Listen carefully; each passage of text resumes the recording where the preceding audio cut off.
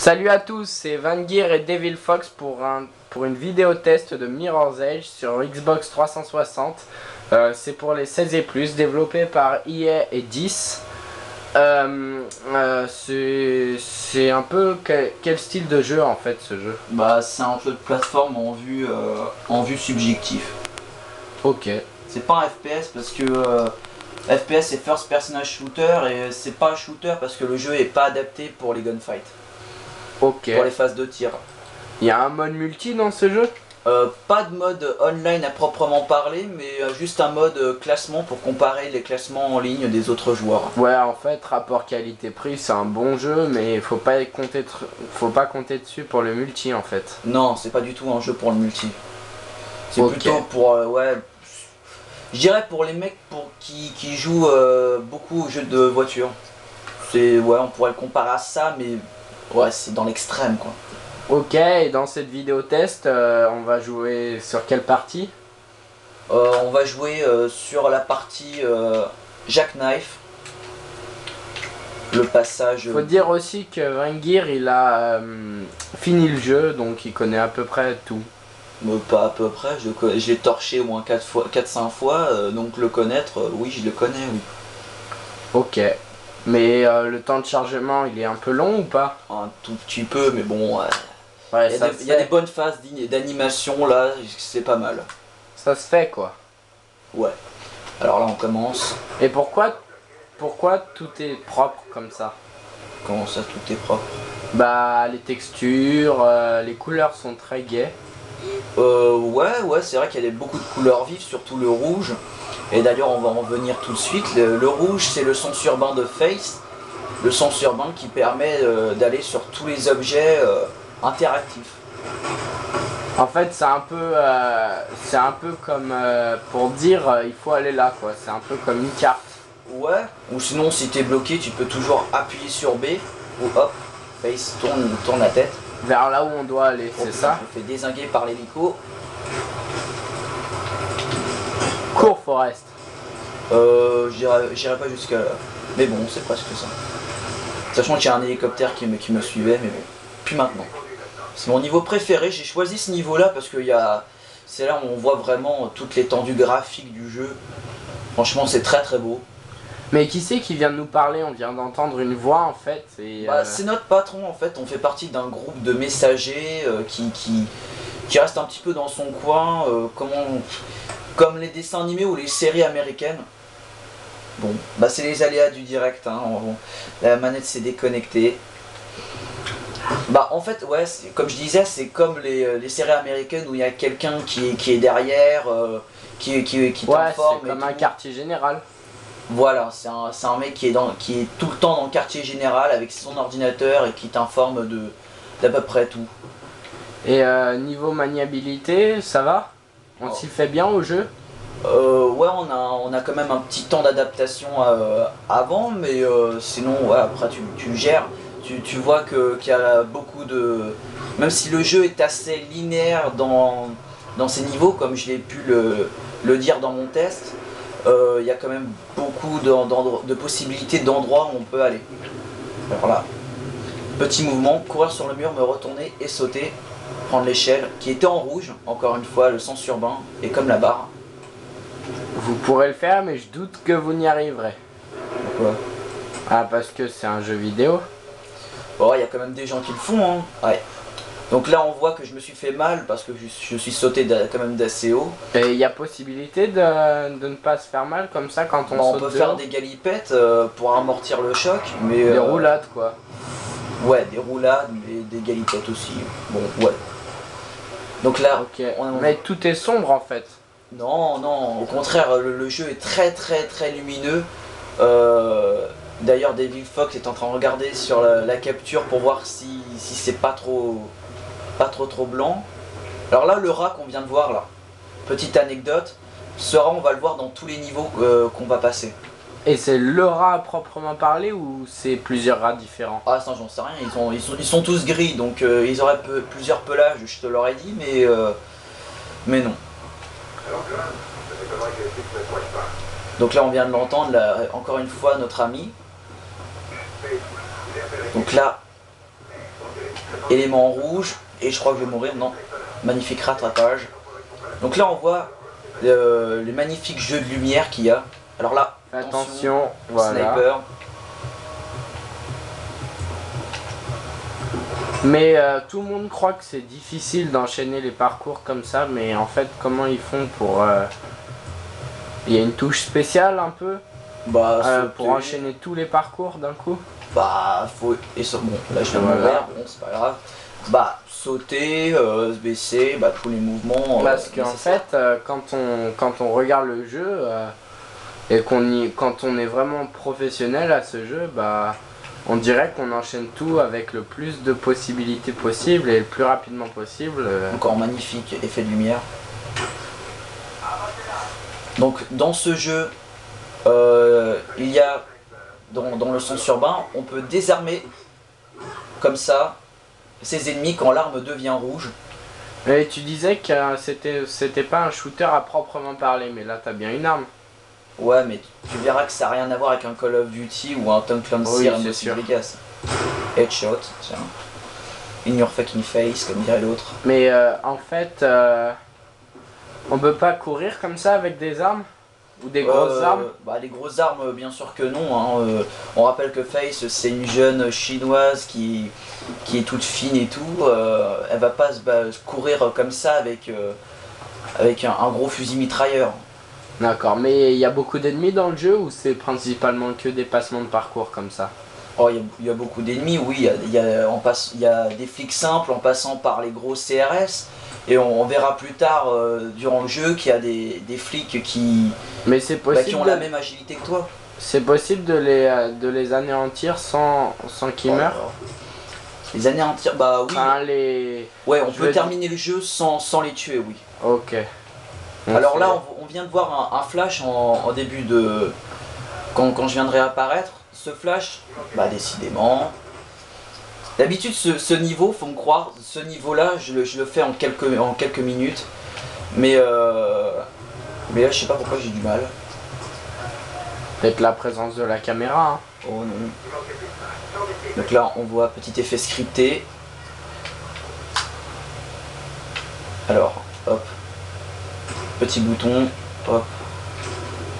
Alors là, la barre est en rouge. La barre est en rouge, faut y aller. Mais ici, au cours du jeu, on est bloqué. Il y a une touche spéciale pour se réorienter parce que... comme je viens de dire au début de la vidéo, oui, en appuyant sur la touche B, on peut Tiens. Décidément, plein de surprises dans cette vidéo. Franchement, non, ça m'a jamais fait ça. Oh. T'es trop loin là. Ah là, franchement, je fais pas bonne prestation, sachant que Mirror's Edge c'est un jeu de vitesse. Pour ça qu'on pourrait comparer, mais vraiment à l'extrême, à un jeu de course. Donc voilà, petit effet scripté qu'on voyait dans les trailers. Donc là, je me fais mal, mais je pense, j'ai trouvé aucun moyen de trouver un moyen de pas se faire mal. J'ai essayé de faire une galipette, mais je tombais quoi. Ok. Donc le bouton là, pour ouvrir la porte. C'est vraiment magnifique hein, les textures. Franchement, c'est très beau. Franchement, quand j'ai vu le jeu, je suis pas tombé sur le cul, mais presque. Franchement, c'est très beau. Graphiquement, je préfère Mirror's Edge qu'un Call of Duty, mais ça, c'est un avis purement personnel. On en reparlera d'ailleurs de Call of Duty plus tard. Hop. Donc là encore le tuyau qui est en rouge. Alors faut savoir que le sens urbain on peut le désactiver à tout moment. Hein. Oui, mais ça devient plus difficile si on n'a pas fait le jeu et qu'on le connaît pas. Bah oui, forcément, faut rester avec le sens urbain si on connaît pas le jeu. Mais moi j'ai l'habitude de jouer en difficile, donc pas de réticule. Là on n'a pas le petit réticule, mais d'habitude on a un petit point au centre de l'écran. Mais là je l'ai pas, parce que je sais pas pourquoi je l'ai désactivé. Moi je joue en mode difficile. Oh là là. Ça te réussit pas trop hein. Non, pas du tout. Mais bon, l'essentiel c'est qu'on aille au bout de cette vidéo. Ouais. Ou alors, on va abréger tout de suite au moment où ça va un petit peu spoiler. On va rencontrer un personnage. Donc là, la valve. Donc oui, je disais, je joue en difficile d'habitude, donc quand, y a pas, quand vous jouez en mode difficile, il n'y a pas de réticule comme maintenant, et il n'y a surtout pas de mode sans surbain. Donc c'est... Quand on débloque le son surbain, on remarque que le jeu est très blanc. C'est un tout petit défaut que je pourrais citer de Mirror's Edge. Mais Mirror's Edge, il est pas très connu ce jeu. Enfin, on n'en parle pas dans les cours de récréation ou au travail ou entre amis. Non, malheureusement non. Ce jeu fait partie des ovnis. Quand je dis ovnis, c'est un jeu qu'on n'en parle pas beaucoup, où il n'y a pas vraiment beaucoup de pubs. Et franchement, c'est une vraie perle ce jeu. Franchement, c'est mon jeu préféré sur Xbox 360. Alors là, encore une fois, très bel effet de lumière. Alors là, la musique s'accélère. Les musiques du jeu sont très bonnes aussi. Ça tourne autour de la techno? Non, il y a beaucoup de techno. Il y a tout petit peu de tout. Ah, les flics avec leur shotgun. Ouais, mais je vais me le faire, tiens. Oh la vache! Donc là, on voit là, je cours au maximum. Et on voit que là, je cours pas du tout vite. Donc, il n'y a pas de touche de sprint comme les Call of Duty en fait. Non, on sprint tout le temps. En fait, c'est un peu un entraînement. Enfin, alors là, on passe quand on commence à courir doucement, puis au fur et à mesure, on finit par sprinter très vite. Ouais. Alors tu vois encore cette texture de peinture fraîche typique de Mirror's Edge. Franchement, très réussi. Alors en parlant des défauts du jeu, on va citer la durée de vie du mode solo qui est très court et c'est vraiment le gros défaut du jeu. Mais on peut toujours rejouer le jeu pour récupérer les 3 mallettes du jeu qui sont dispersées dans les niveaux. Ces 3 mallettes vous permettant de débloquer des artworks, des images non dévoilées, des vidéos, toutes les musiques du jeu. Franchement, c'est pas mal du tout. Mais j'ai vu depuis qu'on a commencé à jouer, il y a eu juste un seul chargement. Là c'est un temps de chargement là. C'est un chargement caché alors. Ouais, ça se voit pas, mais c'est un mode de chargement caché. Là je peux pas sauter, je peux rien faire. Ok. Donc là on va arrêter parce que là il y aura du spoil. Donc on va arrêter et avec le peu de temps qui nous reste, je vais profiter pour montrer le mode parcours qui en fait tous les ils reprennent les scènes du jeu, mais c'est pas du tout les mêmes parcours qu'on fait. Alors je vais faire le fil qui est le premier niveau. Il est facile? Oh, très facile, c'est le premier niveau. Et donc ça va crescendo en fait. Ouais, faut passer des portes alors dans les parcours. Faut passer des portes dans un laps de temps imparti. Mais des portes, c'est des portes que l'on peut pousser ou des portes à la Midnight Club? Ouais, des portails. D'accord. Donc là on voit début de course. Donc voilà, c'est ça les fameuses portes. Ouais, les fameuses portes. Donc on voit le temps en haut. Donc mince. On voit le temps en haut avec 3 étoiles. Ces 3 étoiles, eh ben, elles vont se perdre plus vous prenez de temps. Tac.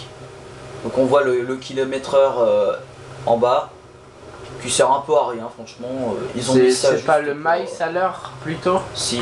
Donc là, on voit le son surbain a été désactivé. Donc là, normalement, cette planche-là, elle devrait être en rouge. Donc là, j'aurais dû faire une roulade. Donc là, on voit le fantôme là. Je sais pas si ça se verra, mais là, il y a le fantôme. Un petit peu mal fait. Moi, j'ai cru qu'on pouvait, vu qu'on voit pas souvent Face en entier dans le jeu, on voit juste à la fin du jeu. J'aurais bien aimé voir le fantôme de Face, mais non, on se tape un misérable mannequin tout piteux. Alors là, j'en profite pour montrer ce petit tatouage de l'œil de Face qui vous montre en fait qu'il y a une mallette près d'ici. Mais là, il n'y a pas de mallette à chercher. Non, c'est juste un mode parcours. Donc voilà. Donc là, on voit que j'en ai une étoile. Donc là, elle est en train de disparaître. Donc voilà. Donc c'était Mirror's Edge, un très bon jeu. Pas beaucoup de défauts sur sa durée de vie. Mais pas très cher non plus d'ailleurs. Pas très cher du tout, on le trouve à moins de 10 €, je sais pas si tu l'as dit, David Fox, mais Mais voilà, franchement c'est un très très bon jeu, graphiquement pas mal, bon gameplay, bon level design. Donc c'est vraiment un jeu à conseiller entre amis ou à offrir un cadeau d'anniversaire, voilà. Ah, tu dis ça pour toi. Donc voilà, bon, on va se terminer par un petit suicide, très sympathique. Donc voilà. Au revoir.